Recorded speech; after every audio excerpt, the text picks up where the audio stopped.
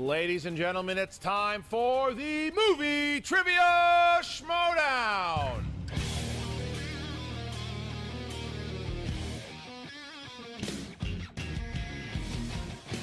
What's up, Movie Trivia Schmoedown fans? It's episode number 17 of the Schmoedown Rundown. My name is Aaron. I am your host as always. Joining me today, he's back, Frank Janish. What's up, dude? Dan gets the point. Oh, no. He didn't get the point this time. Great to be here, guys. Oh, man, that hurts.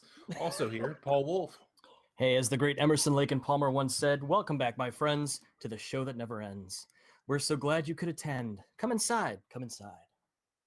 All right, there you have it. Ooh, everybody just got those custom lead-ins now. Gotta love it. That's right. That's how you make your name. God love them. All right. Before we get going here, we got to jump into the news rundown. Let's start first. I'm just going to name off a bunch of topics, and then we're going to discuss them as such. First of all, I want to talk about Jonathan Voitko. I'm going to lead off with this. Jonathan Voitko confirms his entry into the free-for-all. He will join Dan Murrell, and now we found out today also John Rocha will be joining. So Jonathan Voitko throwing his name into the ring. Also, we got the free-for-all rules. Kristian laid it out. You're going to have 5 people on the table at once. As they are eliminated, a new person will take the seat. That is very Royal Rumble reminiscent. And we have a bunch of new teams joining the league. Team IGN and Nerdist were finally confirmed. Rachel Cushing and Ken Knapsack formed a team. Sam Levine has a new partner. Emma Fife and Joelle Monique will be forming a team. They will be taking on Anatomy of an Action Movie. Frank, I'm going to start with you on this. You hear all this news. What sticks out to you? What are you most interested in? The one thing that caught me by surprise, and I forgot about this, was Rachel Cushing participating in the Schmoedown now. I saw her revealed on the live show. I went, oh, yeah, I heard something about that a while ago. Didn't even think that this would be the time or the place for it. It kind of fell off my radar, to be honest. But I'm really excited to see how Rachel does. I've been kind of working with her on the Schmo's Nose site with the articles that go up. That's been fun, kind of conversing back and forth with her. So I'm really interested to see how she does. And I know she is just as much, she said just as much on the show. So, but being with Ken, kind of a veteran around this area, it should be quite interesting to see how she performs. I really liked her confidence when she came out on the live show, and she said, I have knowledge in all these different genres. I'm an Oscar junkie. I really enjoyed her. It's too bad that, I'm into her. I hope she does well. What about you, Paul? What sticks out to you in this? Ladies. We've got lots of new ladies coming in. We've got Christy on What the Flick, and we've got Rachel on Nerdist, Emma and Joelle. So we got what we've been asking for, more ladies in the competition. So that's really cool to see. Yeah, of course, the more the merrier. Let's go to another big piece of news that dropped this week. It was the ranking special / Josh Macuga announcement. Now, I don't think we need to go into the individual rankings. It's not much has changed. Sam Levine was added. Some teams moved here or there. We'll go through the rankings the next time they go around. But the big news was Josh Macuga coming out and talking about the match he had between Finn Draco, Tom Dagnino, whatever the hell you want to call him. And Macuga basically put himself on the line again. He is taking on Jeff Snyder. That's going to happen. And he will also take on Tom Dagnino. Here's the thing. If Josh Macuga defeats Jeff Snyder, then Josh Macuga will get a shot at the team championships with a partner of his choosing. He still will take on Tom Dagnino, and it will be in a no KO, no TKO match with the most amount of points possible. There's no specialty match. This is a straight-up Schmoedown. This isn't going to be tailored to sports or action or anything else. Straight up. So, Paul, what do you think of Macuga's announcement? How do you see it going for the Wild Man? He has got, just like JTE, he's got newfound confidence. And he is putting it all on the line again, and for very good reason. He beat, if you really, again, think about it, it was Draco. And he, of course, had one of the best debut matches in the last season. And he's going on his own personal revenge tour. I can see him as a buzzsaw just going straight through it. And I don't know if you mentioned this either. Is it the Snyder or the Dagnino match 5 rounds? He said he wanted one of them to be 5 rounds. The Dagnino match is 5 rounds. So yeah, the possibilities are endless thinking about even past that with who he might even pick as his mystery partner. So I see it as, like I said, his own personal revenge tour, and for very good reason. He's got that confidence. He's been moving forward, and he's got the most experience with the most matches played. Can totally see where he's coming from, and I can see him pulling this off. Now, Frank, before I kick it to you there, I know that you probably watch the rankings more than anybody other than Kristian. Give me your thoughts on the rankings. Did anything change for you? And then give me your thoughts on Macuga. Well, for the rankings, not much changed. Obviously, Bibiani not being in the top 10 because he lost to JTE, which bumped McWeeny and Kalinowski into the 9 and 10 slot. I'm not quite sold on Kalinowski being in the top 10 before everything that just happened. So that was the only kind of thing I had. Everything else, I was pretty much even with what they had. I think I flipped Harloff and Wolf. So nothing really dramatic. Same thing with the teams. I think we were pretty spot on the teams, and you can check out the rankings and how mine compared to Harloff's rankings on the article coming out Monday. You can see those disparities, which are not really too much. As far as Macuga, very interesting set of circumstances that he laid out. It just seems like you could tell he just plainly wants to beat the crap out of Tom Dagnino any way that he can. The match against Snyder, that's a complete toss-up to me. Depending how the wheel goes from Macuga, that could, I think, determine the winner. I mean, if he gets a good second round, I think he has a really, really good shot at winning the match because he's very, very good historically in the third round, and he can usually get away with being an average player in the first round. So with that being said, I think he can come out ahead. And what happens with this Dagnino stuff, I personally would like to see it a 3-round match if he's going to take away like the knockouts and all that kind of stuff, just accumulate much points. But if he wants to 5 rounds, then he better have the knockout stuff in there, just because in terms of fantasy points, it's a little unfair to begin with, but once you have just him racking up points, unfair in my eyes. So that's where I'm at with it. But I think it's going to be hilarious to see Macuga go after Dagnino. So I'm really looking forward to how this is all going to unfold and see how everything reacts, especially with how the Lions Den is coming apart at the seams at the moment. I don't think anything you do to Finstock is unfair. Just want to get that. Just want to get that out. That's a good point. That's a good point. Yeah, but it's intriguing. I don't know who came up. I don't know how Macuga came up with this crazy dichotomy of a stipulation, but it's weird. But I dig it. I dig it. No TKOs, no KOs. I mean, Josh Macuga could win, I don't know, 32-0. It'd be a lot of fun. I would laugh. But either way, should be a great match. Excited to see what happens for Snyder. I mean, he's got title implications, as we'll talk about here in a little bit. So there's a lot on the line for both competitors in this match. But let's get to it. Let's talk about the rest of championship week. Let's start first with the tag championships. Team Track, Scott Mance and Jason Inman going toe-to-toe with Team Patriots, the champions, Jeff Snyder and JTE. The scoring breakdown went as such. In round 1, the Patriots 10 points, Trek 8. In round 2, it was the Patriots getting 70s, going 4 of 6 for 7 points. Trek getting Comedy, going 6 for 6 for 7 points. Trek also had 2 steals for 2 points. In round 3, the wager round, the Patriots got 3 points, Trek 2 points. In the speed round, round 4, Patriots 3 points, Trek 0 points after answering a question correctly and missing a question. In round 5, the Patriots get the 1, they get the 3, they do miss the 5. Trek missed the 1, gets the 3, and gets the 5, but it was Team Patriots taking the victory 28-27. Frank, what'd you think of this, man? What an amazing match. I did not see this going overtime. I really don't see any match going overtime, especially not the way it went down in terms of Kelly McGinnis's and Eva's and all that. And Unbelievable.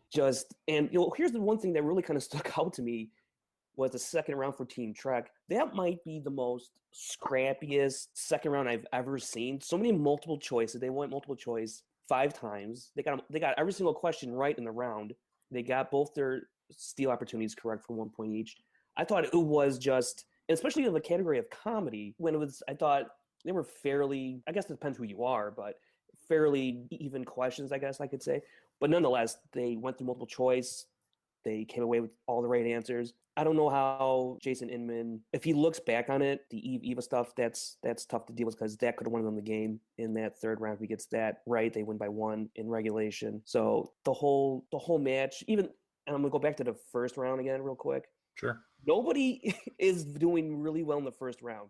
I mean, these teams are barely getting half correct combined. Only Wolves of Steel have proven to be pretty formidable, and that's largely on Riley's own doing. Patriots, that's going to be a weakness, I think, going forward for them that a good team, perhaps the Wolves of Steel, could exploit. Overall, though, this was very entertaining. I love the speed round. That was one of my favorite parts that happens in the championship matches, and this goes, it's top 10 all-time matches for sure. I would agree with you there. I just also realized that I forgot that it did go past the 5th round into the sudden death round, so my bad. And let's see, the Patriots got big, but they ended up missing the witness question because Kelly McGinnis.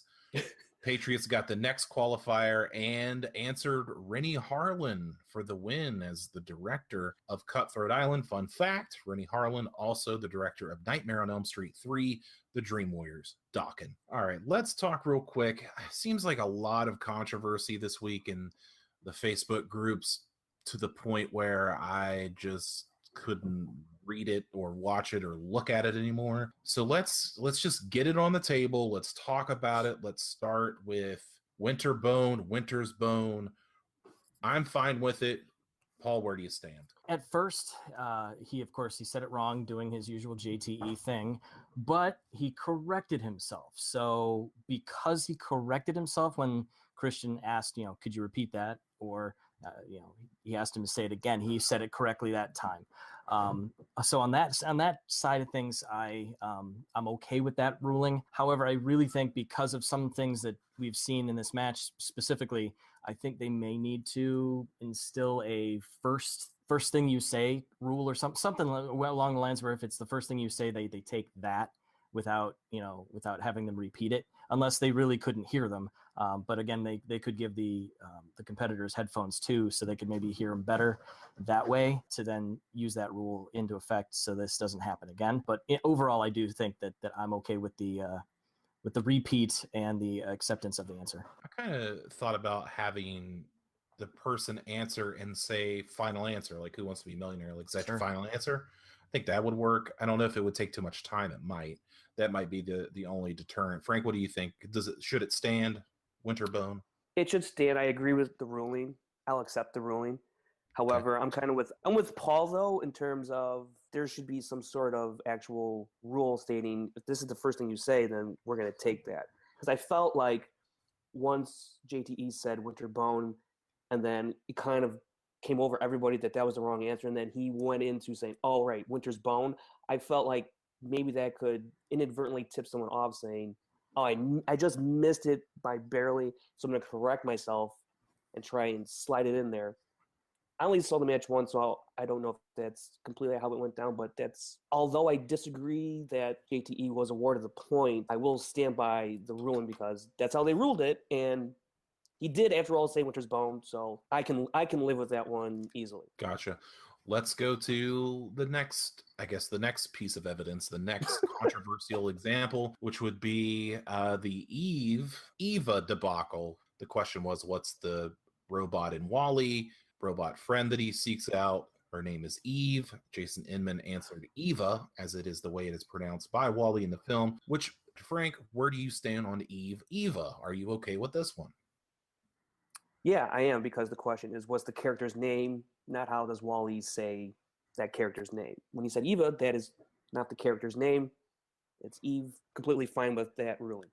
Short and to the point. I like it. Paul, what do you think of this? I know you got a lot to say about this. May I get a tad sweaty, sir?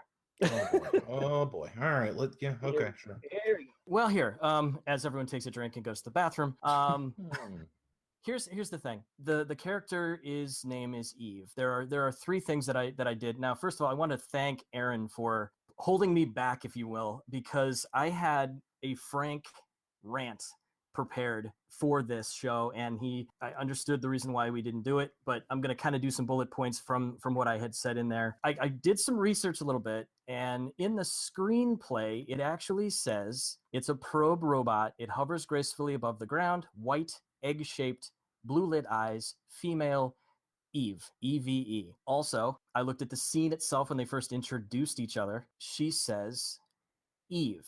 She overpronounces it, but that little bit at the end when she overpronounces it, that's where he couldn't pronounce it right and said Eva.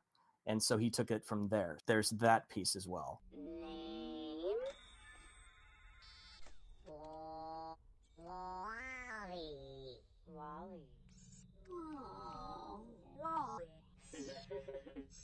Eve.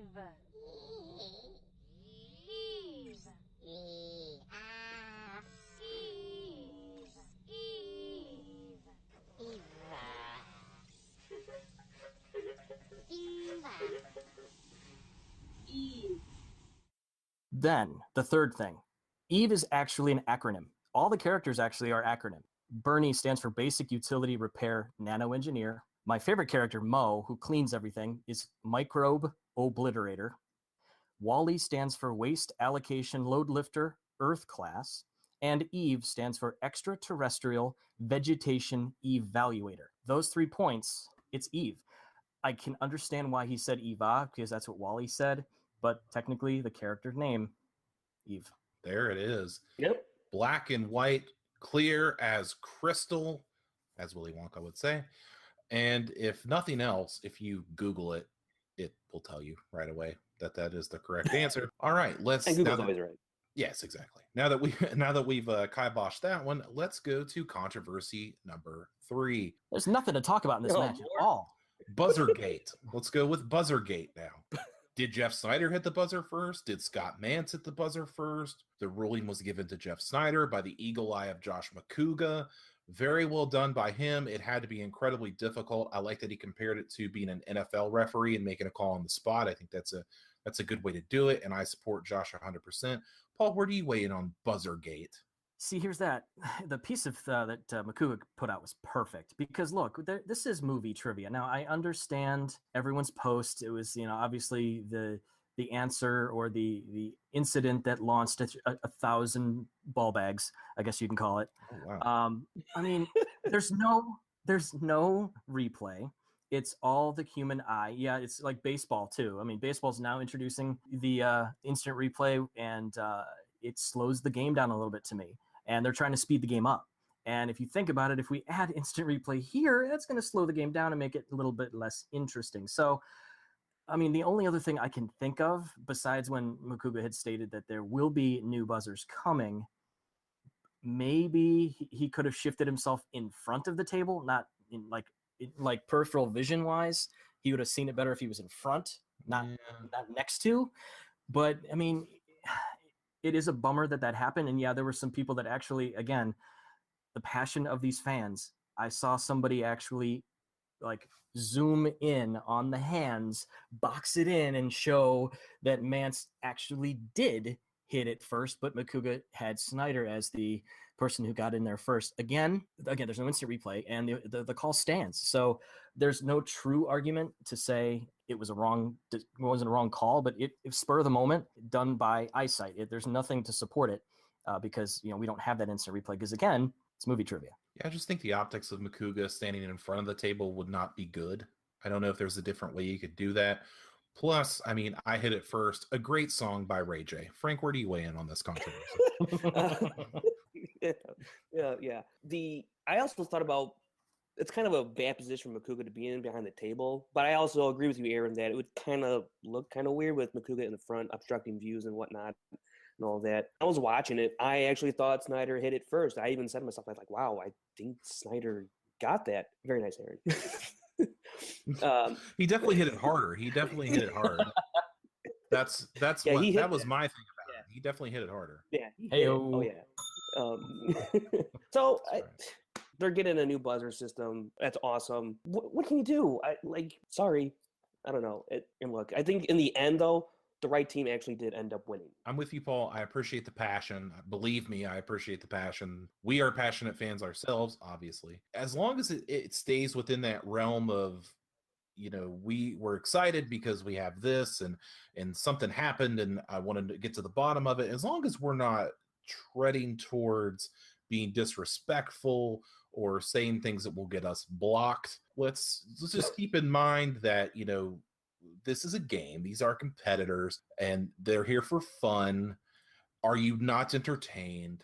So let's just keep it level, appreciate the passion, keep the passion coming. Without the passion, none of us would be here doing this, and the Schmoedown wouldn't be here anyway. So keep it up. But let's actually talk about the match now.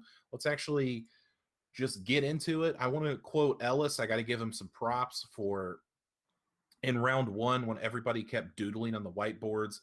Ellis threw out an amazing barb that said, "Could you just write down the goddamn answer?" I really enjoyed that. I thought Ellis was on fire all week. Really enjoyed that line. I'm going to nitpick here a little bit because it's JT and I just want to nitpick. When they were sitting at the table, JT had his title belt upside down.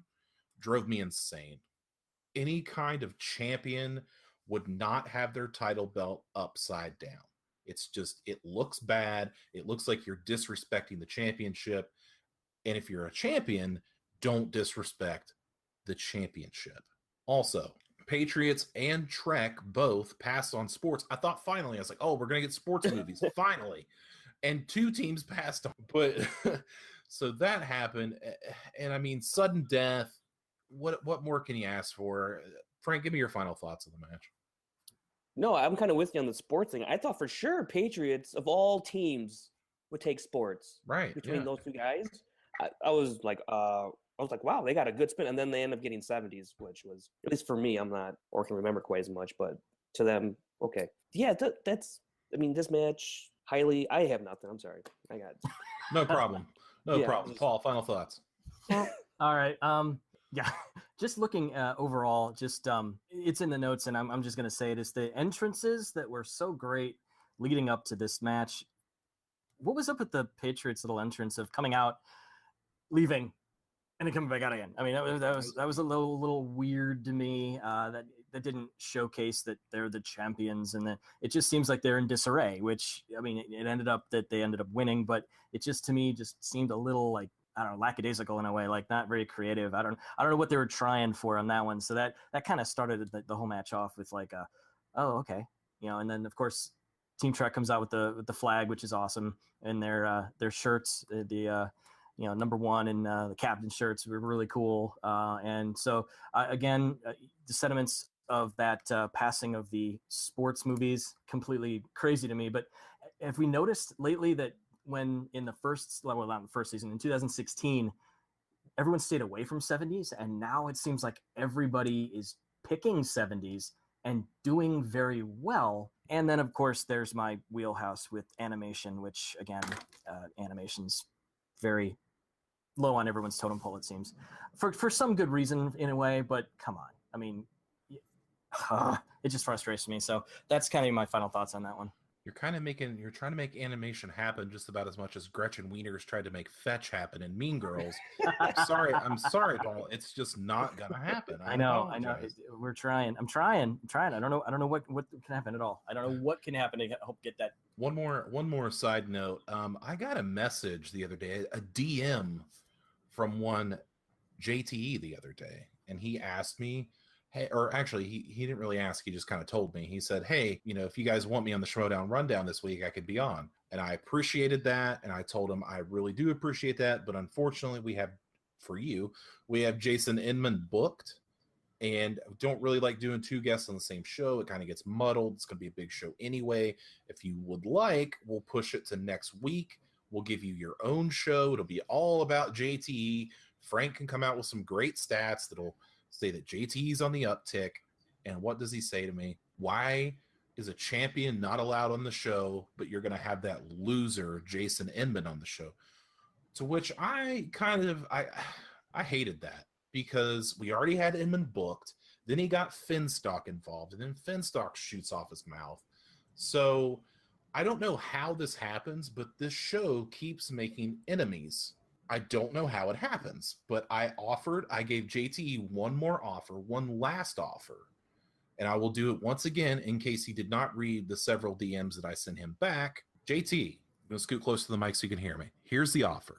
You come on this show next week. It can be the all JTE hour. We'll talk all about JTE and your thoughts on the Schmoedown, this or that. But I want you to be a panelist. I don't want you just for an interview. I don't want you 15 minutes, 30 minutes. I want you on the whole show. And if you don't want to do that, that's fine. But it's up to you.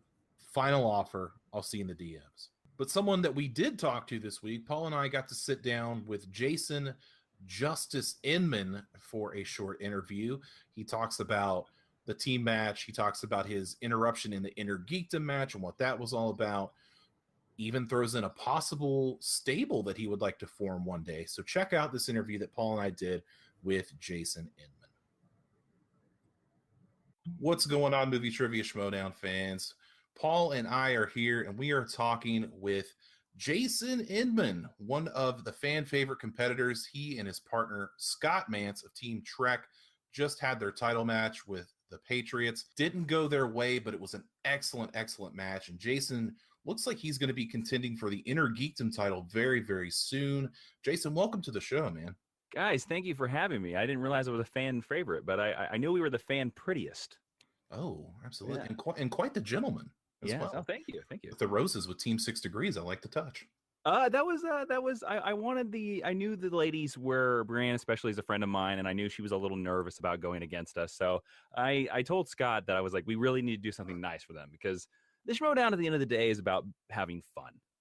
Yeah, absolutely. Just start right here. What is it like having Scott Mance for a partner, A, and B, what made you want to team up with Scott? Well, the interesting thing about it is Kristian had told me that Scott didn't have a partner before we formed the team. And I immediately reached out to Scott because Scott's a really good friend of mine. Scott and I have been good friends since we first met on Screen Junkies Movie Fights when I used to produce the show over there. And we bonded over our mutual love for Star Trek. And I figured we'd be a pretty good fit. I figured that he's very strong in like Oscars and movie dates, but I'm very strong in like genre stuff and action and adventure, and my other movie knowledge is weirdly just like all over the place. So I figured that we could fill each other's holes pretty quick. So I asked Kristian, I was like, can I approach my good friend Scott Mance about being on the team? And Kristian was like, if you can get Scott to agree to it, we'll go for it. And I immediately just texted Scott and was like, how about Team Trek, you and me? And he was like, done. And that's where the team was born. But Scott is one of these guys that he should have every belt.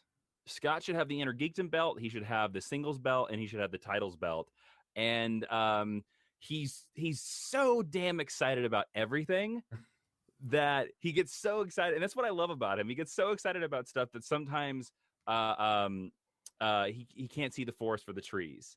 And I looked at it as I was like, all right, if I can be there, if I can be his Spock and make him think logically about some certain things, he can grab every belt. It's a good point. Scott is a little bit excitable. I don't know the man. I've only had Twitter exchanges with him, but I can tell that he is a very excitable person. He's passionate. I guess the better word would be passionate. He's very passionate. He loves movies. He's passionate about what he loves. But I mean, as you guys know, any friends you have that are passionate, they're like a firecracker, right? Like any spark can set them off, and they really need that glass case to keep the sparks out. And and I'm the glass case to Scott Mance. That's a good analogy. I like that. I'm gonna have to use that sometime. Let's rewind the clock here. The Inner Geekdom Championship match between Robert Meyer Burnett and Hector Navarro. Now you came out and you challenged Robert Meyer Burnett and Hector and said, "Hey, let's make this a triple threat." And Robert Meyer Burnett at first seemed like he was gonna go for it, and then he kind of, I don't know, turned evil and shut you down. So kind of give me your train of thought of asking for a triple threat match, and how do you think you match up against those two competitors? Well, I went out there to challenge them for a triple threat because I really want the Inner Geekdom belt to go to the person that deserves it the most. I really want whoever's got any of the belts should earn it. I want it to be the best of the best. And I petitioned like crazy to be in the first Inner Geekdom match. But Kristian, in his wisdom, said that he was like, no, you have another match in the spectacular. Let's give someone else a shot. So I was like, okay, fair enough. And I watched the first match, and I knew every question. And I was like, wow, I would have won this. And I'm not trying to be arrogant here. I was like, oh, I would have. This was a very easy intergeekdom here. And then I was like, okay, well, I'm going to step out there. Let's see if we can make this a big event every time the intergeekdom comes out, because the intergeekdom's not every week. And I wanted to, between the two of them, I wanted to see if they wanted to spice it up a little bit, because I would think it's more fun if the intergeekdom is 5 people every time. Like it's more of a free for all, more of a gladiatorial best of the best match. And so that's why I went out there to offer that to them. And again, not trying to be arrogant at all. I watched their match. Hector's really lucky that Robert kept me out of that match, because I knew every question again, and I would have had a perfect game. I don't think it's necessarily arrogance. I think it's just confident. I mean, you know what you know. So why would you, it's not bragging if you know what you know. So again, I just want whoever holds the belts, I want them to be the best. And you have an inner geekdom belt, then it needs to be the geekiest person in Collider. And as of yet, I don't think we found that person. And I'm not even saying it's me. Oh, okay. I actually think Scott Mance would have a good shot at that belt as well. So at this moment, you look at Robert Meyer Burnett, you look at Hector, you look at John Campia, you look at, let's even throw in John Schnepp. I mean, you look at all these competitors, we'll throw in Ashley V. Robinson. You throw in all these people and you're looking at them. I'm not trying to get you in hot water here, but you're telling me right now that of all those people, you're not sure, even yourself, and you're not sure any of those are the geekiest person right now. I think so. I even think Dan Murrell's got a shot at the Intergeekdom belt. And also, I do know that there's a guy that's coming down the line. Mark Bernardin is coming soon to the Collider. I know he's going to have a couple matches down the road. He would have a really good shot at the Intergeekdom belt. And also, if you guys have seen on Twitter this last week, Sam Witwer, Darth Maul himself, sort of challenged all of us to a Trek-only Intergeekdom. And Hector sort of jumped in there a little bit. But I noticed that only me and Sam were the only ones that were quoting episodes directly. Hector kept just sharing GIFs. So I question that man's knowledge on Star Trek, whereas Sam and I were able to throw quotes at each other, and me and him could name the episodes that the quote came from. Is that something that you would be interested in, taking on someone like Sam Witwer for a one-on-one? Let's say 100%. I think I would love to do that. One, Sam is a hell of a competitor. He's fantastic. But I'm very curious about his Star Trek knowledge, as the man has worked exclusively in Star Wars and Battlestar Galactica so far. So I want to see how far his Star Trek knowledge goes, because I'm very deep into the Star Trek knowledge in all the series, and I'm very curious to see how far it goes for him. I mean, I've told my teammate Scott Mance several times that I was like, I think my Star Trek knowledge rivals yours, sir. And he laughs at that every time, but I think it's true. I don't think there's a single person, save Robert Meyer Burnett, who could challenge me in Star Trek knowledge in that Collider arena. It seems like very few competitors can walk between the worlds, if you will, of Star Wars and Star Trek. It seems like, and I don't mean to generalize the fandom here, but it seems like one group is one way or the other. There's very few people that walk between the worlds. So to see Sam, a competitor that's very proficient in both, he's like, Star Trek, Star Wars, doesn't matter. So that's really intriguing to me. I saw the Twitter exchange. I was like, well, that's something to consider down the road. I want to talk to you real quick. One more thing about Robert Meyer Burnett, and then we'll move on. In your post-match interview, in the post-match interview of the Intergeekdom Championship, you said that Robert Meyer Burnett is your Rocky. Now, was that a misquote? Because it seemed like you weren't sure if he was your Rocky. It was sort of a misquote. It was coming off the fight high. I was more trying to say that, like I'm the Creed, and he's the Rocky, just because he's the winner right now, and I'm the guy that needs to come at him and take his fight away. Now, again, like trying to do the post interviews, you try to give a little bit of a show, try to give us stuff like that, but. And I misspoke a little bit, yeah. But Robert Meyer Burnett, he's kind of sort of becoming my rival a little bit over there, and he's a hell of a rival. He's a strong competitor. He plays the heel like nobody else. Talking about facts of the Four Horsemen, but at the same time, I have no doubt that my team can topple his pestilence, with no doubt. We tend to wear masks. We're very clean, so we can take care of that very easily. And also, in the Inner Geekdom arena, all I have to do is hit any category but Star Trek, and I can beat him. So there you go. Yeah, Robert Meyer Burnett, half the time I don't even know what he's saying. I have to pull out a dictionary, and quite frankly, I don't like to read, so that's upsetting to me. Some think he just makes it up. I could see that. I could definitely see that. Let's move on. Let's talk a little bit about the team match. Let's talk about what happened in the team title match. It was yourself, your partner Scott Mance against JTE and Jeff Snyder, Team Patriots. And it was a fantastic match. Came down to the last question, 28-27. It's a match that a lot of people have been talking about because it seems there was some controversies in there. I want to know, let's start with this one first. There's so many controversies apparently. Let's start with the buzzer. Now, how did you see it? Did you see that Scott had rung in first? Did you see Snyder? Did you see it at all? Where do you? I honestly, and this is not even siding with my teammate. I honestly thought Scott had hit it because Scott hits it hard, and I immediately was like, "Oh, he got it! Great!" So I do think Scott won the buzzer count, but I stand with Macuga because it's an impossible situation. And right. I don't even know without slow-mo how you even tell. So I stand with this call. He heard him first, but like I heard Scott slam that buzzer down so hard that I was like, oh wow, great. I will say this, I am not a fan of the buzzer rounds because I find that most of the time it's the competitors trying to guess what the question is so that they can beat the other team. And I don't think that's a fair evaluation of knowledge. I think we're just trying to guess the question so we can beat the other team. And I don't know. I just don't think that's a fair evaluation of any kind of movie trivia. It's a fair point. I see exactly what you're saying. And even in the buzzer round, when someone buzzes in and gets the question wrong, the other team does not get a chance to answer. I kind of wish that would change. For me personally, that's something that I don't particularly enjoy because if the other person knows it, why not give them a shot to steal the point? It makes sense to me. But let's go in even further. I mean, going into the match, you see Jeff Snyder, you see JT. They've played matches before. You've played against Snyder yourself. What were your thoughts going in with these two competitors? My thoughts at the time were that we were pretty equal. We had an exact same record.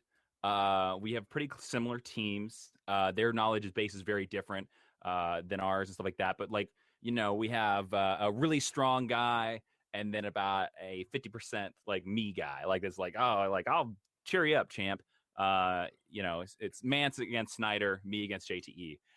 So I wasn't nervous about the match at all. I knew that we were going to come pretty close. If we lost, we were going to only lose by a little bit.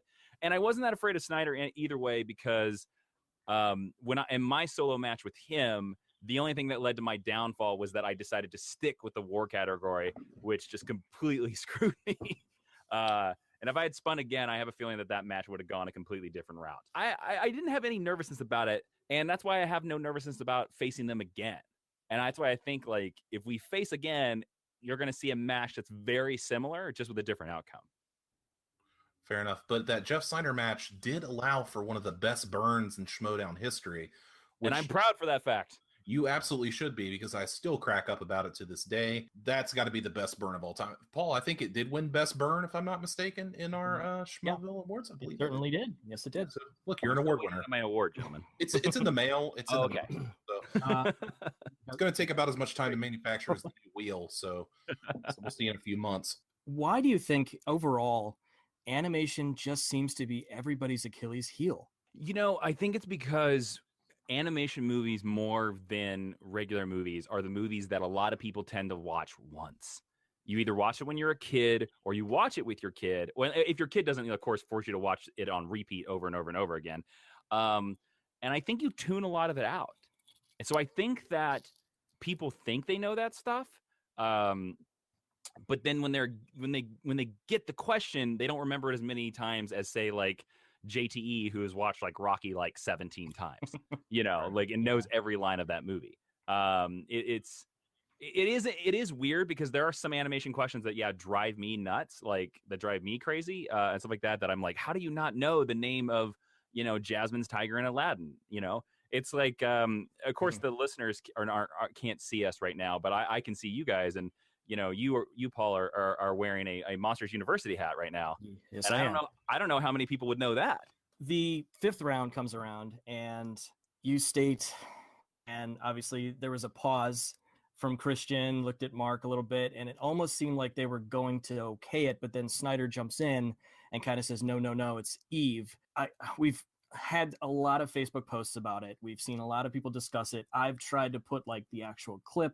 I've tried to find like the screenplay for it to show, it really means it's Eve. What is your take on the decision on this one? And hopefully by this time we can finally put this part to bed. Oh, well, again, I stand with Kristian. I get that it is her name in the film is actually Eve, although every single person calls her Eva, and she even at one time refers to herself as Eva. So it's one of these tough things. I wish I had gotten that point. I think I was a little robbed at that point. I actually think I should have gotten a different question, and we should have replaced that question altogether. Mm-hmm. Again, I stand with Kristian. I stand with the thing because I do know in that same match there was a little bit of a winter's bone, and I think a little bit because of Jeff Snyder jumping in. That's the reason. That's a little bit of what put the kibosh in my negative instead of my positive. Yeah, and you also had that good luck Chuck answer too, which is also mirrored in controversy as well. So I mean, and, it's a championship, and everybody's gonna like question every different decision and stuff like that. I do know like John Campy is on my side.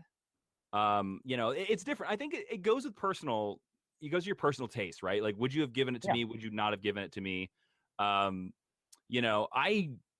was trying to think about the reason why I went with Eva is just for the simple thing of, I said Eva over Eve because simply for the fact that I couldn't remember if they'd said Eve in the movie. And as one of these things where, okay, well, and that's something that that happens that many people watching don't realize is that when you're sitting there in that hot seat, a lot of time you're trying to like, okay, well, what is the answer the question is looking for? Because I could say this other answer and it could be right, but that's not how the question is stated. So, okay, so I'm going to go with this. And that's something that you only experience like when you're up there and you only get 15 seconds to think about this question. I stand with the ruling. Do I think it's a little hinky? Yeah. But the match went the way it went. What do you think? There might not be a quick fix to this, but what would be your idea? Kind of help the competitors along in the animated, category. Besides, obviously, watching them again.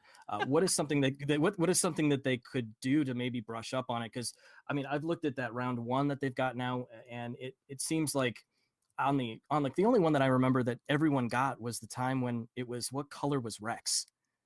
It's like, oh yeah, okay, that was like the only one. I'm like, they're going to go with basic color questions. Yeah. That might be the only way. What do you consider? How would you training? I don't know the competitors to try to do better at the animated films. I mean, the only thing I would say is that they do need to watch these movies more and more. I mean, there are so many Disney animated movies and other animated movies that you should just watch them anyway because most of them are great. I just hit the quizzes, man. Like a lot of them are hit the quizzes and. Animated films are such a part of pop culture that if you don't consider them a part of film, you're kind of missing out. I also do want to point out, I hit that Emperor's New Groove question in our first round. You did. When my partner did not. That is a true statement. And I will say that I have huge faith in you being you with your background and hopefully seeing, in the future, a lot of the Inner Geekdom championships in your future too. And I honestly wouldn't mind seeing an animated title belt too. That'd be kind of a cool little thing that too. Would be a fun little match. If we just specifically had like an all animated Schmoedown, I think that would be a lot of fun. I would love to compete in as well. Something like the Magic Kingdom Championship or something funny like that, just to kind of do it. Or like, I don't know, I was thinking of that stable, like if a group of people could be the Nation of Animation, something silly. Yeah, I just kind of threw. Hopefully that'll improve in the future.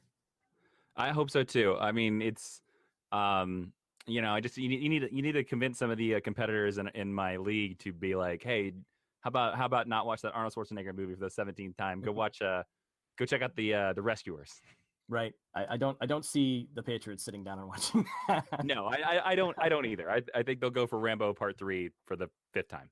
The Star Trek thing, you said that your memory goes deep into the lore. Do you have a preference between original and Next Generation, or do you have another one that you like better than the other ones? Deep Space Nine.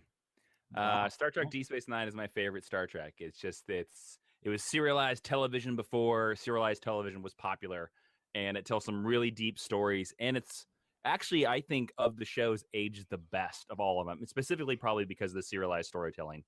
And then I think after that, you have to go TOS. But I do have a deep bench because I actually watched TNG, Star Trek TNG, live from the start when I was a little kid. And I watched every single episode of Star Trek all the way through Deep Space Nine to Voyager to Enterprise every single week.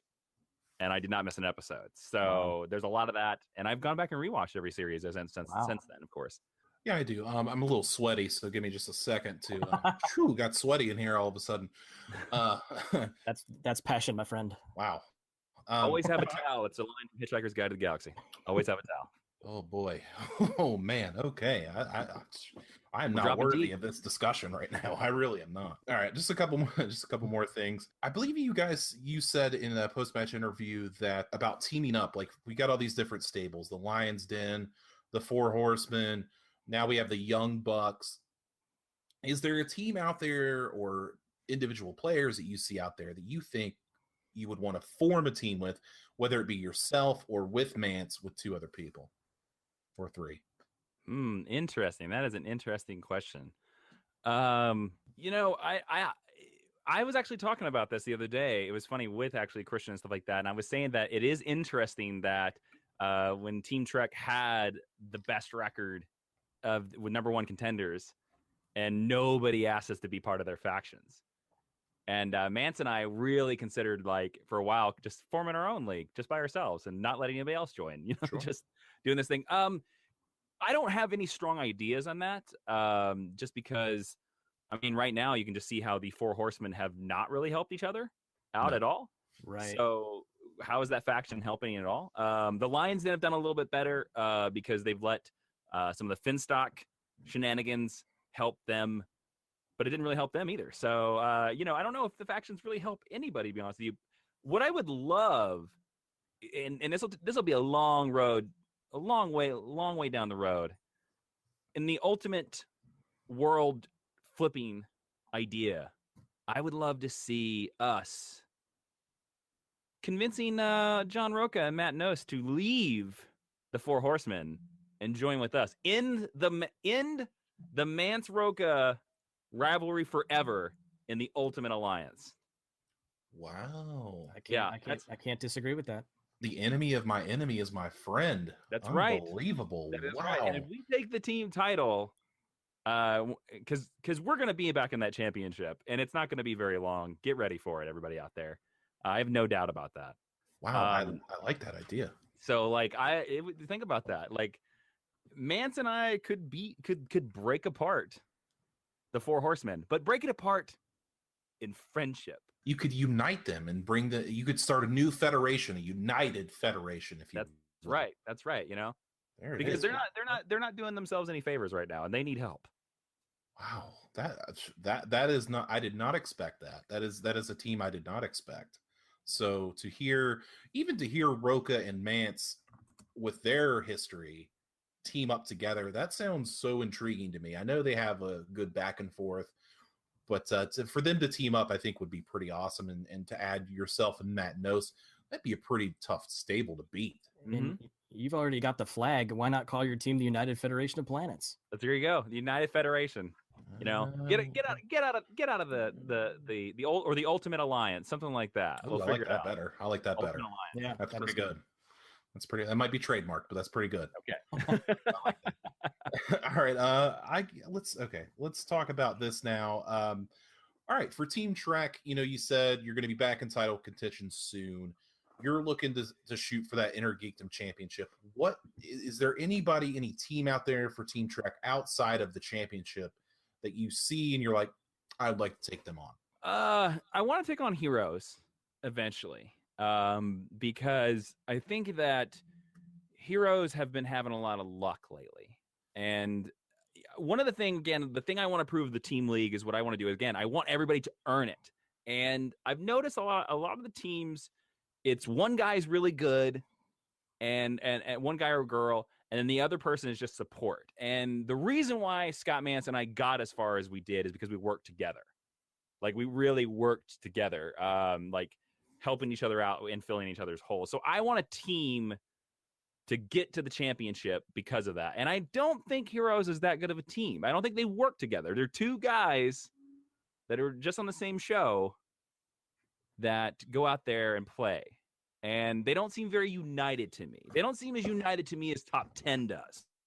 Or even Rotten Tomatoes, who's another team that I want to face, because I think Rotten Tomatoes, Matt Atchity and Gray Drake, I think they're going to do really well. And I would love me and Mance to take on them, just because we're both teams that work really well together. And so the match will come down to which team works better with the other person.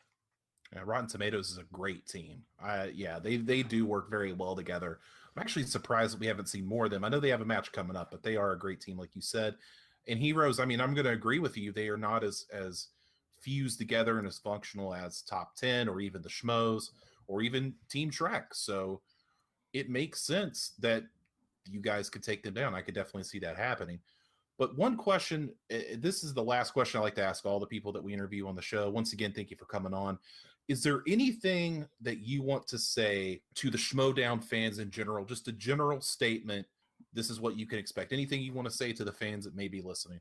The one thing I will say to the fans of Schmoeville is that when you see me out there in competition, I'm never going to be a piece of shit. I'm not going to like throw anybody under the bus. I'm not going to stab somebody in the back. I might come out there and get feisty, but I'm only getting feisty because I feel other people are being underhanded with their comments or whatever. I want the people that wear the belts to be the people that deserve them and the people that are upstanding.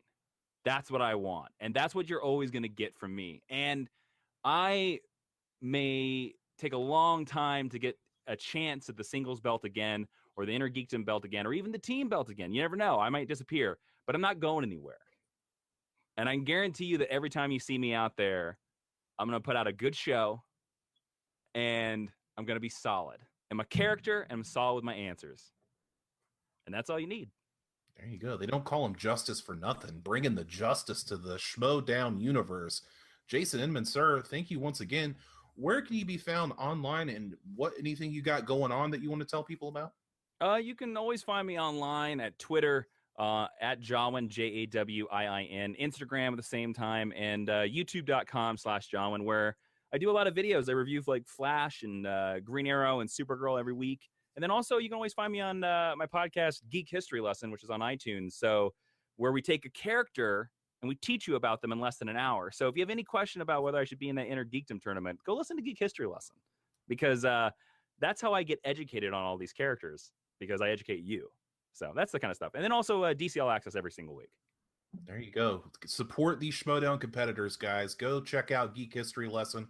Go give it a like, subscribe, do all that good stuff. Support Jason and support the rest of these Schmoedown competitors. Jason, I want to thank you once again for coming on. We really appreciate your time. Guys, thank you so much for having me on. It was a lot of fun, and I enjoyed the show. Thank you, sir. We really appreciate that. Thank you. All right, guys, back at you here. Back talking some action this week. We had an undercard bout before the championship. It was the Godfather, Drew McWeeny versus Mike the Killer Kalinowski. Both guys in their second matchups in the Schmoedown. Let's get to the scoring breakdown. In round one, it was McWeeny getting 7 points. Round one, Kalinowski 6 points. In round two, Kalinowski rolled 90s, got 3 points in the round, going 2 of 4. McWeeny got spinner's choice, chose 70s, absolutely destroyed it, got all 4 for 8 points, plus got an additional 3 points from steals to get 11 points in the round. So all the pressure in round 3 was on Mike Kalinowski. He had to get the 1, the 3, and the 5. He came very, very close. ended up not getting the 5 on Body of Lies, a tough Leonardo DiCaprio Russell Crowe movie that actually kind of sucks. So it doesn't surprise me that he missed the question. And it was Drew McWeeny TKOing Mike Kalinowski 18-13.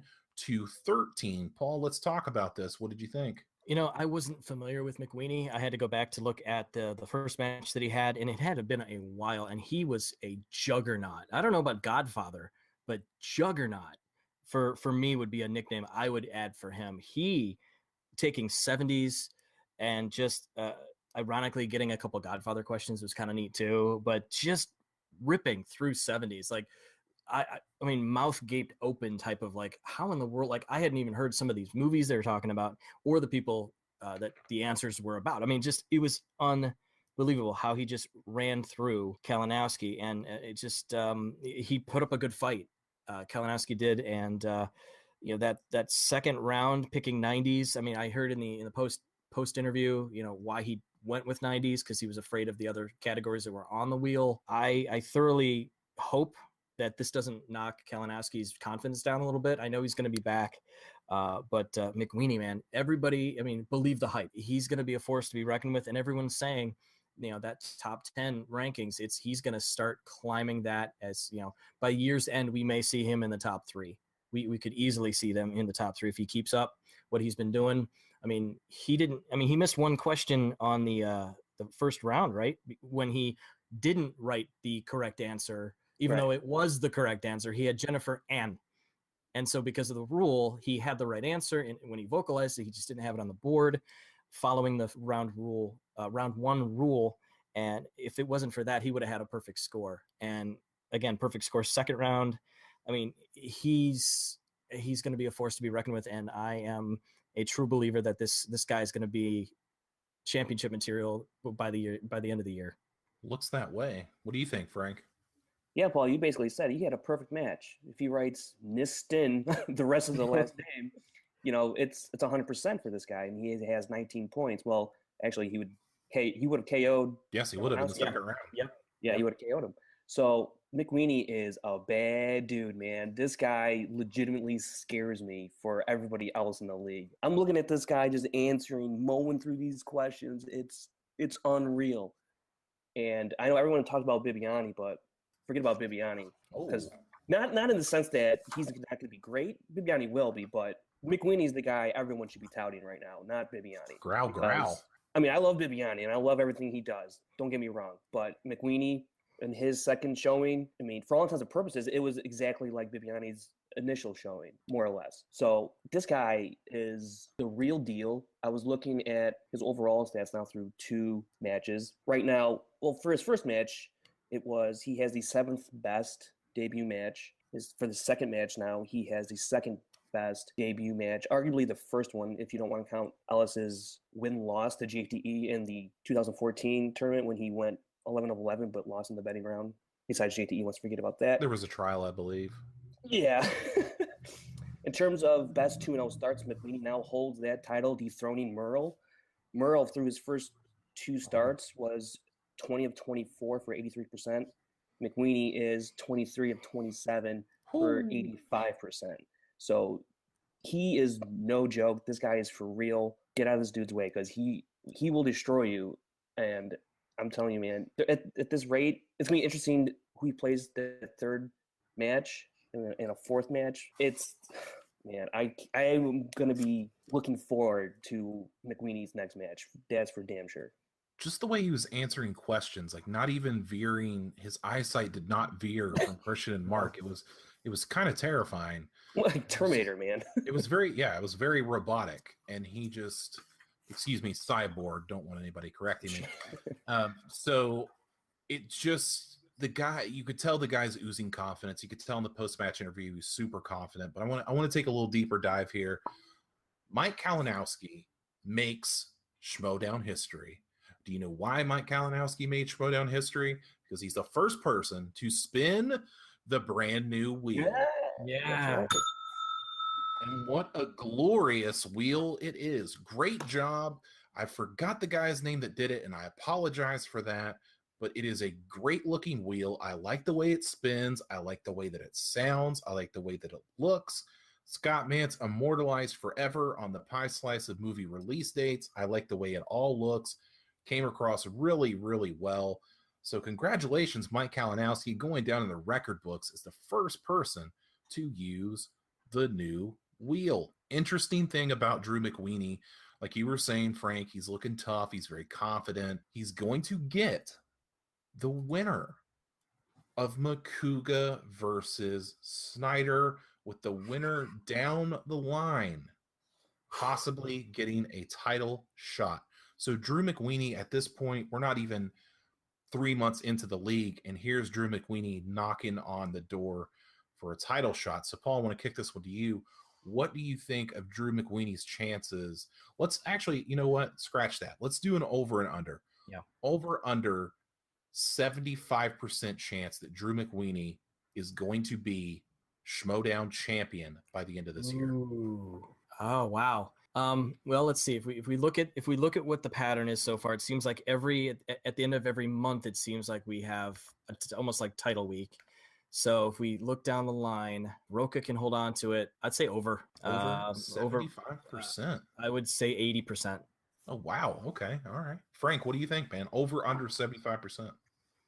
I'm going to say under 75%, but not by much. I'd probably go at about 70%, because if McWeeny ends up in the free-for-all, which I don't know is that confirmed or not. I don't believe so. Not this then time. He for sure has a legitimate shot at winning that thing. And then he gets a shot at, if he wants, the singles title, which I don't see why he wouldn't go for that one, unless something else happens along the way to that. So I'll put it at 70%, but the free-for-all is where I'm kind of iffy, because I don't know the format exactly how the free-for-all is going to play out. But outside of free-for-all, you got the Ultimate Schmoedown tournament the rest of the year to rack up wins to get a title shot. But he's going to have to go through, I think, one really tough guy, and he might, and I know we're going to get to the main event here, but I think eventually he would have to face a Murrell or a Riley to get that title shot. I'm going over. I'm going way over. I'm going 95% chance that Drew McWeeny is the champion. And the guy has impressed me so much. Like, Bibiani really impressed me in the Andreyko match because it was just fantastic. Sure, he had the mishap with scores and soundtracks kind of doomed him, and I'm sure Bibiani is going to be back. He's going to be strong as well. It wouldn't surprise me if these two were in the finals of the Ultimate Schmoedown. Would not surprise me one bit if it came down to these two.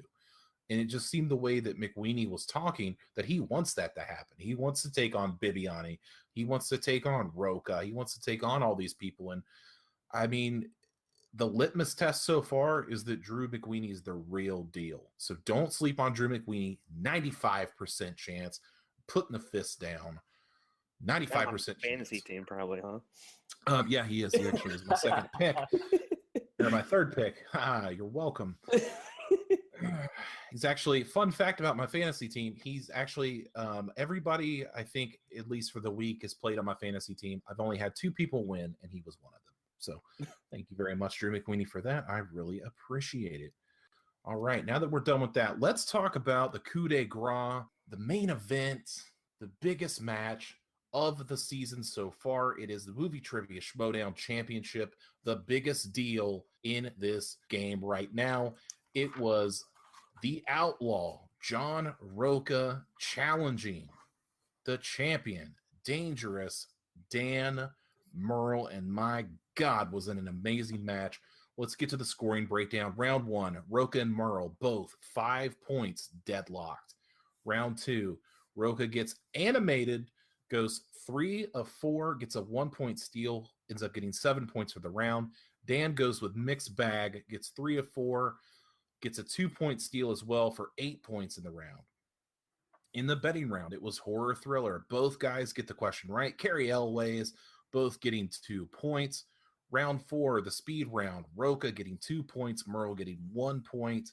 And in round 5, it was Rocha missing the first 2, had to get the 5, and got it to take a slim lead. It was back over to Murrell to defend his championship. He got the 1, the 3, and missed the 5. Joe Dante directed the Burbs, and it was the outlaw, John Rocha, the man of destiny, realizing the dream, and he is the new movie trivia Schmoedown champion, 22-21 in an epic contest. Frank, what'd you think? I was so amped for this match. Oh man, I was just Murrell undefeated, rolling through everybody. The story, the path that Rocha has had to take to get to this point to even have a shot. You know, he said he's gone through a murderer's row. I mean, he's gone through the toughest competitors that this league has had, notwithstanding the newcomers, obviously. So he definitely has earned this shot. Full disclosure, I'm 100% Outlaw Nation. So I can't even believe I'm saying this because it's a movie trivia show, but I was legitimately nervous for Rocha. I can't imagine how he felt, how he kept his composure. Just so happy for Rocha for this win. To see him after when it was first announced that he was the winner, he wasn't the outlaw for like 5-10 seconds. He was John Rocha, who was just so overwhelmed, I think, with emotion because he got a little emotional in his eyes there. And then all of a sudden he just snapped right back to the outlaw, went on his ranting and raving, and it was awesome. But this match, it wasn't the best match by either of these guys that they've played, not by a long shot. And for the way it went down in the end, I was like, Murrell had his fate in his own hands, and he couldn't pull it out. And man, this is an all-timer. I feel like I'm saying that almost every other week with these matches. It's an all-timer. It's just the drama is too good. The theatrics are too good. More than anything, I'm out of words.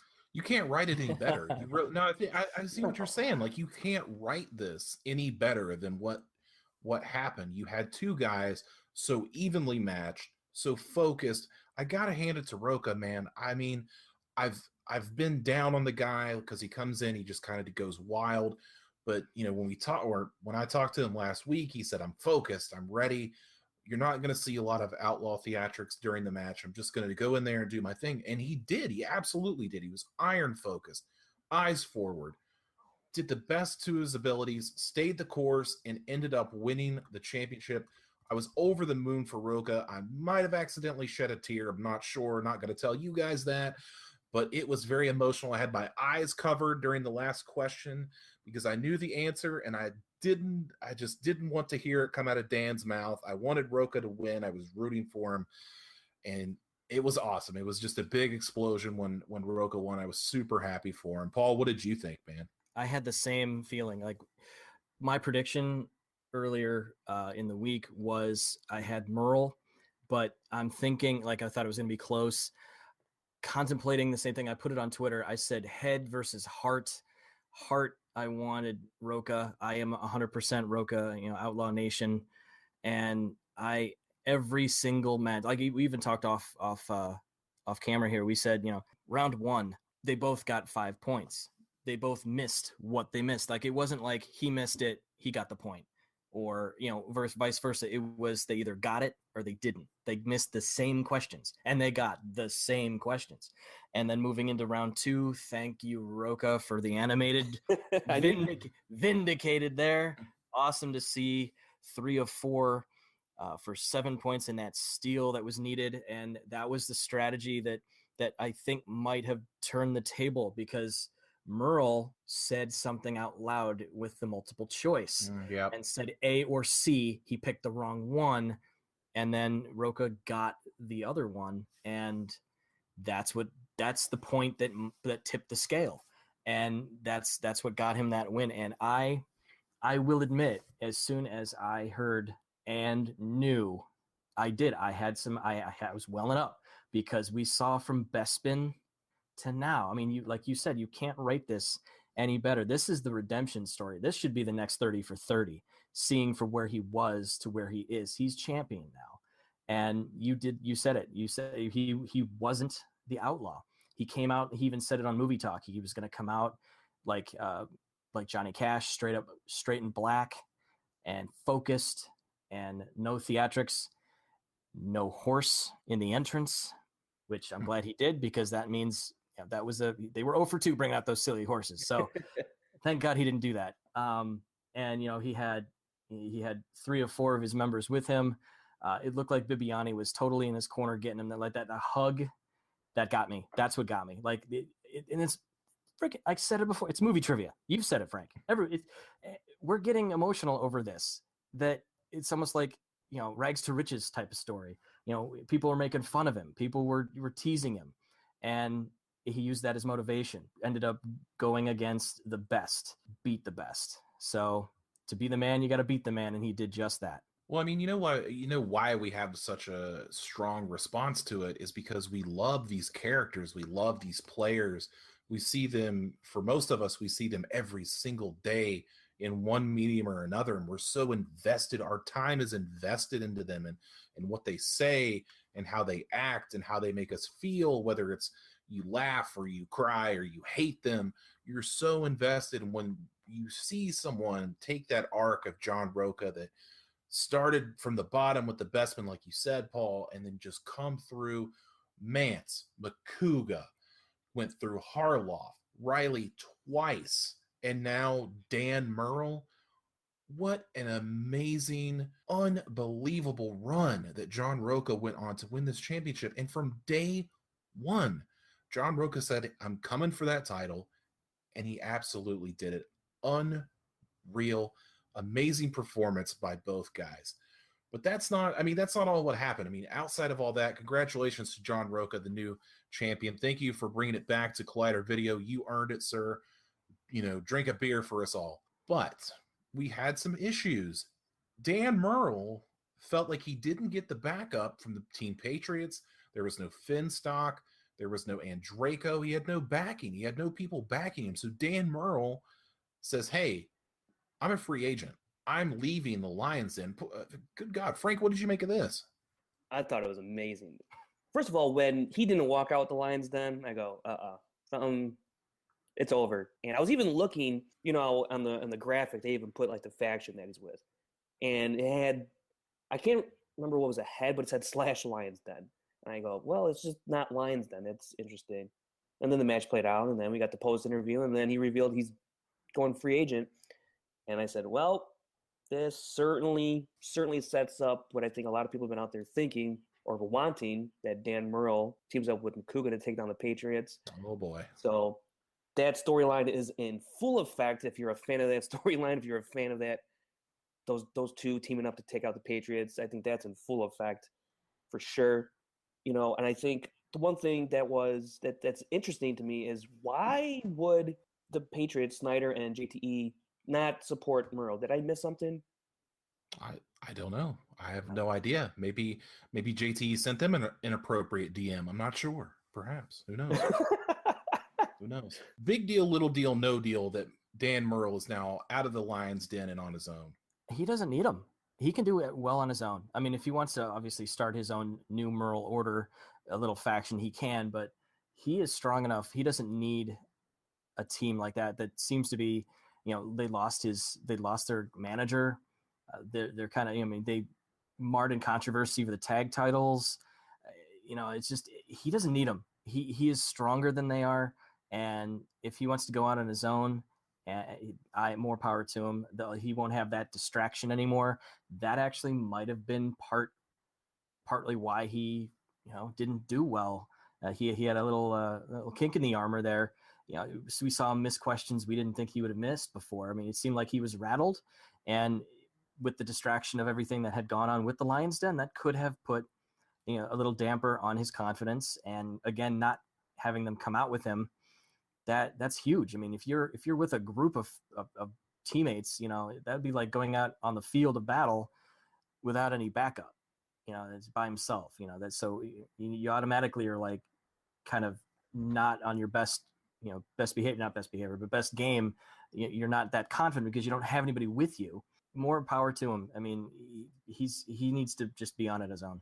Makes a lot of sense. I mean, let's look at who Dan's beaten. Campia, Riley, Ellis, Clark, Mance. There you go. Thank you. Look at this. I mean, just two big, unbelievable talents colliding in a match that for so much hype could have easily just been, somebody could have got KO'd. But man, it lived up to every single piece of hype, everything we wanted it to be. It was. I love this match so very, very much. I want to bring up one more bullet point about Dan real quick. There's some controversy about Trek, getting an immediate title rematch due to some issues. I don't really see it that way, and I don't think it's going to go that way. But in the case of Dan Murrell, how this man defended that championship on multiple occasions, not a guy that lost it right away. I personally think that Dan Murrell does deserve an immediate title rematch. Frank, right or wrong? Yeah, I don't know. I'm torn that you bring that up right now. Look, I know we've talked a lot about, we've praised Rocha, but before I answer your point real quick, I just like to say Murrell is an amazing competitor, super deserving, classy guy all around. So I don't want people to mistake what we've said or I've said that, I'm like anti-Murrell or anything like that. I'm not. Murrell, he is the greatest to me of all time. And the greatest of all time, sometimes they lose. Michael Jordan lost a couple games here and there, right? But he's the greatest of all time. So I just want to make that point about Murrell real quick. He's the best. Even though Rocha has the title right now, he's the best. That being said, Riley didn't get an immediate, hasn't gotten a rematch. And I thought, he did defend his title successfully once against JTE via knockout. I don't know. I don't know if we set that precedent where depending how well you are as a champion that you automatically get the rematch. I personally think Murrell, some people take, or at least I think we've seen, 3 matches to get a shot. I'd be okay with him going 2 matches and then getting a shot. At least one match, and then gets that shot again. I think I'd be okay with it. Yeah, that's a fair compromise. I think. I mean, in the case of Riley, I think Riley's had enough title opportunities to number 1 contenders matches 2 in a row to get back in the title picture. So, to go to that point. But yeah, I think that's actually not a bad idea, Frank. I think to win 1 or 2 matches to get Dan Murrell back in there, not a bad idea. I guess it's just my UFC brain thinking, once the champion loses and they've had the belt for a while, they get an immediate rematch. But it makes sense. I mean, how many people do we have in this league now? Like over 60 competitors right now. So it kind of makes sense that we want to spread the wealth. We don't want to keep seeing the same matches. We want a different variety. So Paul, right or wrong, Dan Murrell, immediate rematch. What do you think? No. I think with the schedule, looking at it, I mean, you've got the next up is Wolf JTE on March 3rd, and then that winner faces Riley, and then that winner faces Rocha. So right there, that's the next title match. So immediate title match, no. After that is the free for all. So if he wins that, then there's the title match. So right. he's got to basically look at it to focus at the free for all to get back into it. After that, if they do the tournament, then Murrell wasn't in the tournament last year. He was the champion. So seeing him in the tournament this year, that's going to be interesting too. So if he doesn't get that free for all, he's got the title match, or he could do get the title match from the Ultimate Schmoedown tournament. So we're looking at potentially May or June, if the pattern goes where it's the end of the week or end of the month every time for a title match. So logistically right now with the schedule, not an immediate one, but I see another one down the road though. I think we can also say that the free for all just got way more interesting now. Certainly now that it has title implications with Dan Murrell. I think that's fantastic, man. What a win for Rocha. Just once again, hats off to both guys. Dan Murrell, fantastic competitor, and I'm sure he'll be fine going forward. And Rocha, you talked it, you walked it. Congratulations.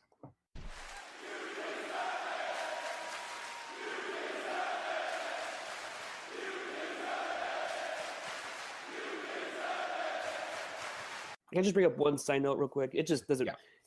Paul had just mentioned about the Ultimate Schmoedown. I know Murrell didn't enter the tournament, but Rocha is someone I could definitely see entering the tournament and defending it the entire way. He's a guy that I think would do it. Yeah, I would see that too. Definitely. That's a good point. Yeah, I think you're exactly right. I could see Rocha doing that. Hopefully he wouldn't. Maybe down the line he'll meet Matt Nost. Who knows? That would be very interesting. All right, but let's move on. Let's talk about team previews this week. Championship week gave us a lot of amazing matches and a lot of things to talk about. Now we're back to league play. And this week's team match is Rotten Tomatoes making their return, Gray Drake and Matt Atchity versus What the Flick, a new team, Christy Lemire and Alfonso Duralde. Paul, I'm going to start with you on this one. What do you think of this match and who you got winning?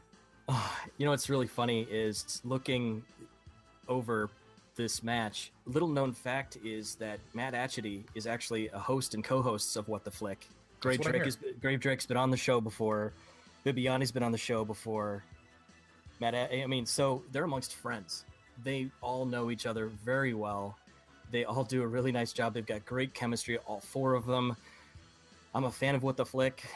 I love Rotten Tomatoes. Gray Drake actually was nice enough to volunteer and speak at my movie club at our high school. Gave us some cool stuff for the kids, and it was really great to hear from her. So we've had interactions before. I honestly, people always say it's a rookie team. They've not been under the lights before. However, What the Flick and Rotten Tomatoes are friends. They know each other. So I don't think the nervousness is going to really be there. The whole under the lights for the first time that they were talking with Rachel Cushing about, I don't think it's going to get to them. And I think they're going to give Rotten Tomatoes a little bit more of a challenge than you think. However, with the experience that Rotten Tomatoes has, I think they're going to take it just this time coming around. But I'm not going to count out What the Flick down the road as well, facing other teams that we already have established at in the team division. Very nice. Frank, what do you think, man? Who you got?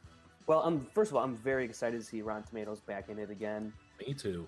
The last time we saw them, they took top 10 to the limit. I mean, that match, I think we've said before in here, that match is so underrated in this. One of the best of the year. Oh, amazing match. So I'm really excited to see Rotten Tomatoes in here. What the Flick, I'll say I'm not familiar at all. Not at all. But I did a little research with Alonzo and Christy being the team here. And these guys are film critics. And I got the most information off of Christy. I found, and I looked at Rotten Tomatoes, and apparently she's reviewed over 1,200 movies spanning from 1999 to present day. Good Lord. So, yeah. And if memory serves me right, Drew McWeeny is also a critic, right? A film critic? As is Bibiani. Yeah. As Bibiani. Film critics, I think, will do extremely well in the Trivia Schmoedown. I think, naive to think that Team What the Flick could be just as good as a McWeeny or a Bibiani in their first going around. But I will I'll give the slightest edge to Rotten Tomatoes because they've been here and done that. And look, in their 4 matches, they are answering nearly 71% correct as a team. So they're very, very good. Like I said, they took top 10 to the limit. But What the Flick, film critics, I mean, good luck to Rotten Tomatoes for real. You know, and I hope they win because I like Rotten Tomatoes a lot. I like Gray Drake and Matt Atchity. So, you know, and they're amongst friends. You said it, Paul. So if people know each other, they know each other very well. So I think it'll make for not only a high quality match, but a very entertaining match, especially when you have friends going at it like that. Yeah, if nothing else, I think we're going to get some great entrances. I think Rotten Tomatoes always comes out. They always seem to be having fun. What the Flick, I'm not familiar that much either, Frank. I did do a little bit of diving as well. Like you said, film critics scare me to death. They're just that absolute knowledge that they have. But with Rotten Tomatoes, they're a team that's been in there with the toughest of the tough. They took top 10 to the limit. They're always right there. They've played ETC. These guys are better. They've played the Schmoes, and they're no stranger to this game. They know how it's played. They are one of the teams that I think that kind of just weren't thrown together that actually work very well together. They do very good team work. It's not just one person hogging the whole thing and the other person is support. They really have a good team dynamic, and I think that's going to push them over the edge. I like Rotten Tomatoes. I could see Rotten Tomatoes making a run in this league. Nobody's talking about them right now. We're talking about top 10, Patriots, Trek, Schmoes, and so on and so forth, Wolves of Steel, but nobody is talking about Rotten Tomatoes. And there they are, just kind of hovering around 5 or 6, and then sure enough, 2 wins, and they're right there in the title picture. So don't sleep on Rotten Tomatoes. I'm taking Matt Atchity and Gray Drake. Which I did have a little problem with the rankings where Rotten Tomatoes was at. I understand why they're there. I understand why they're at where they're at. I understand why Kristian put him there, but that's not where that's not indicative of the kind of team they are. I'll say that. They're better than their ranking, but I know why Kristian put them there because they haven't been here for like a whole year. So that's what I'm saying. All right, all right, let's talk about the singles preview this week. 2 new competitors. Nick Scarpino goes 1-on-1 with one half of Fat Man on Batman, Mark Bernardin, in a match that I am very excited about because I'm a giant fan of Mark Bernardin. Cannot wait to see this guy in action. Frank, how do you see it going? Who do you have? Well, just based on your fandom, I'm going to have to go with Mark Bernardin. So Thank you. I'll put it that way.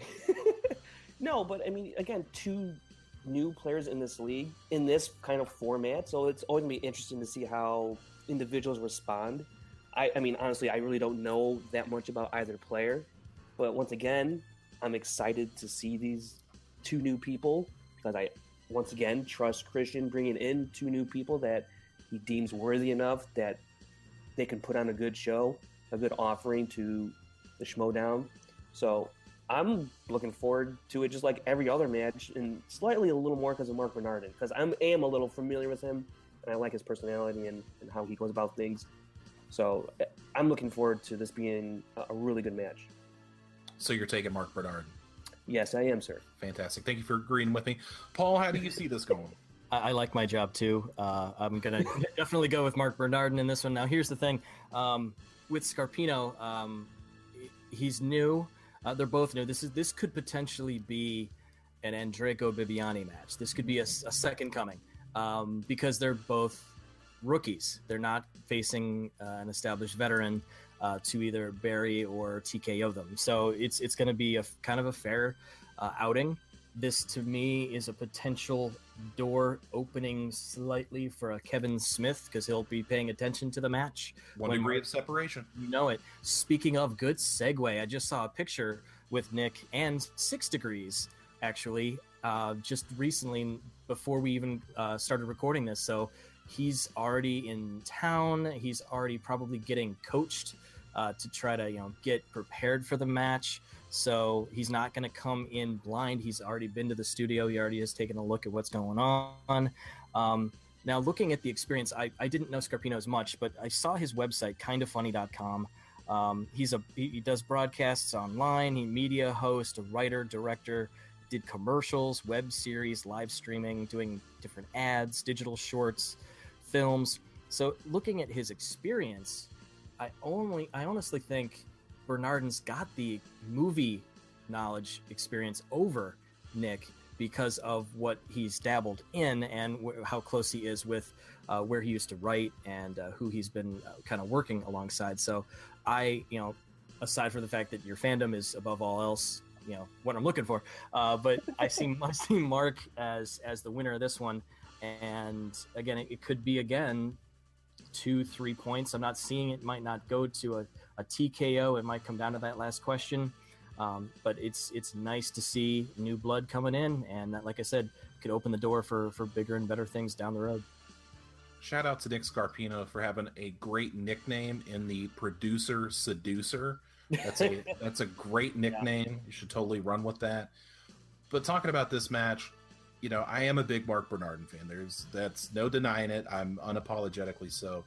If you aren't familiar, I would challenge you to go back and find Fat Man on Batman episodes and listen to any episode where Mark Bernardin is breaking down something, whether it's like their top 10 of the year, or if there was one episode where he did the top 20, he ranked the top 20 Steven Spielberg films and told you why each one.